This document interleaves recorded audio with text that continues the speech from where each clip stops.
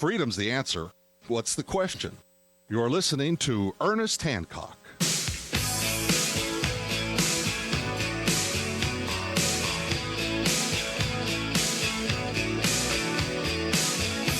Welcome back to Declare Your Independence with me, Ernest Hancock, here in Phoenix, Arizona, where we're learning a lot, and we're doing the best that we can with all the resources and time available to us, and we're on the farm here doing. But I tell you, I'm like, I'm paying attention to this, aquaponics, fish, chicken, vegetable growing, I don't die thing, and it's more than that.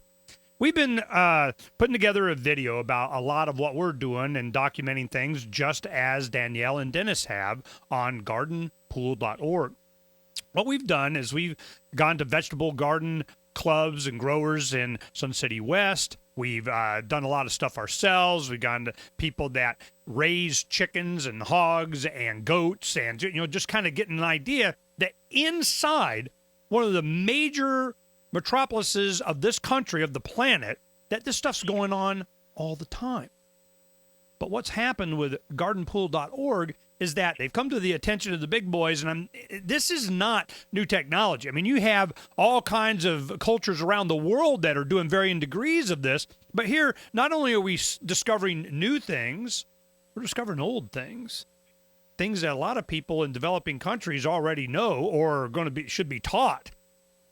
Does the man want them to be taught? Do they want people to be self-sustaining and off the grid? Do they want them to be able to do things as simple as just collecting rainwater, which we'll get to here in a little bit also?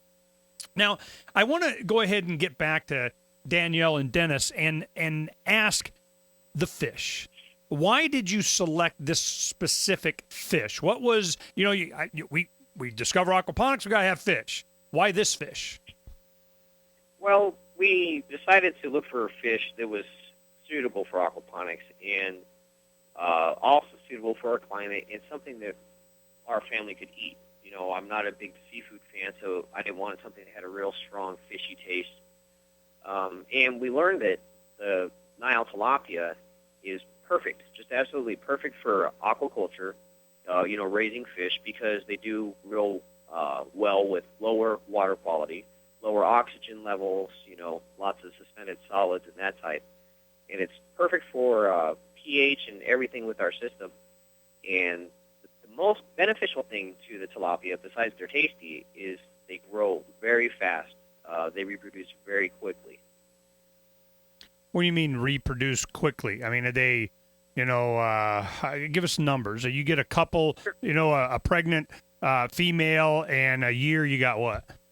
Okay, yeah, we started with, maybe 4 or 5 full-grown fish, and a year later we have thousands.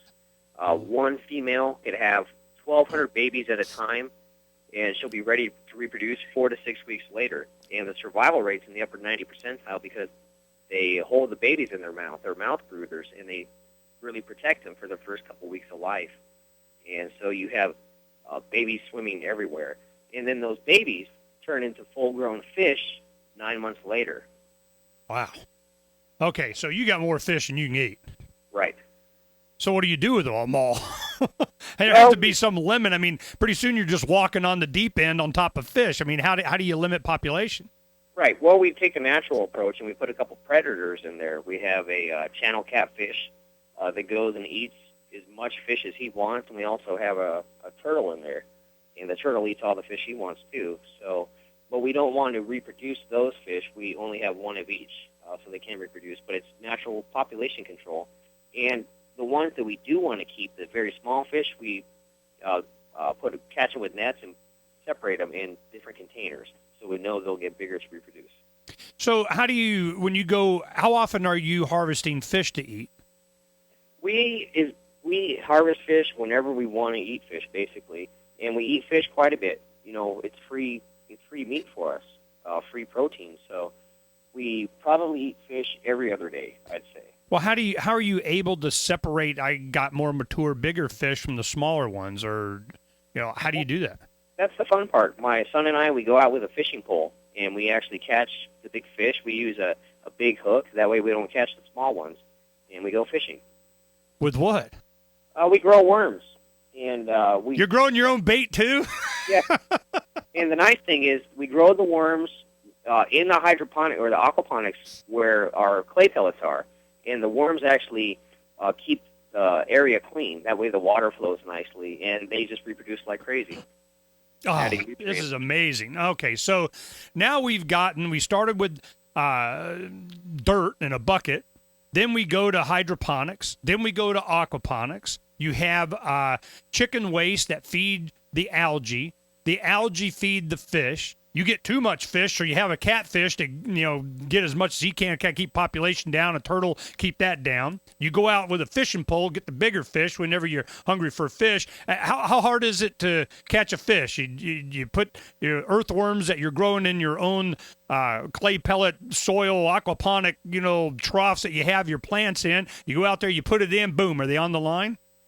I actually, believe it or not, they're pretty smart. We pretty much set the hook, we'll go away, and we'll come back maybe half an hour later. I think they've caught on to what we've been doing, so they actually hear really well. Every time we open the greenhouse door, you can hear them rushing back to the back of the pool. They don't want it anywhere near us. But what's funny is the little ones are swimming along the side, and they don't have any fear yet. But the bigger ones, they've caught on. But, so it takes about a half an hour.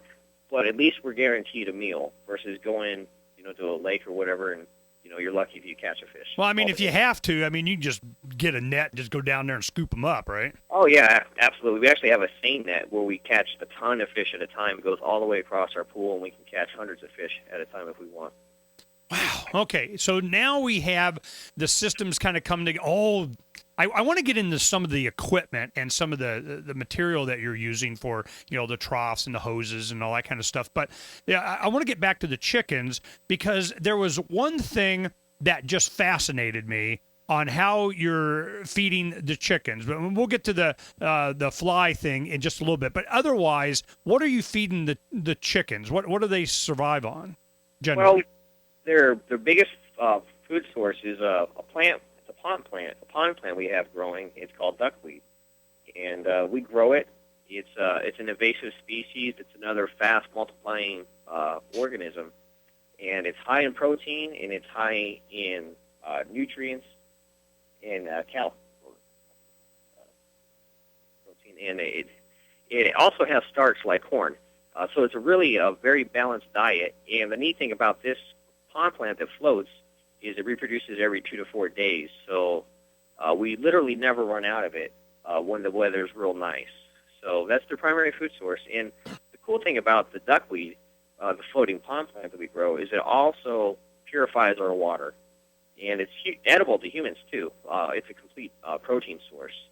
So well, I've heard that before. They refer to it as something else. What do they call it in Asian countries? They eat it? I can't remember. Yeah, it's water lentils. Yeah, water lentils. So this is an actual protein source for humans too. Right, and that's one of the hard things to grow in your garden is a protein source. And this has one of the most complete proteins next to like an animal-based protein. So I want to talk more about the duckweed, and I would imagine if you're feeding it to chickens and they call it duckweed, I bet you a lot of ducks eat it. So we'll go ahead and talk about this duckweed, and it's called whatever it's called. A lot of people in Asian countries they go, yeah, that's a staple for us. That's what you guys didn't know that? Oh, the internet's connecting everybody.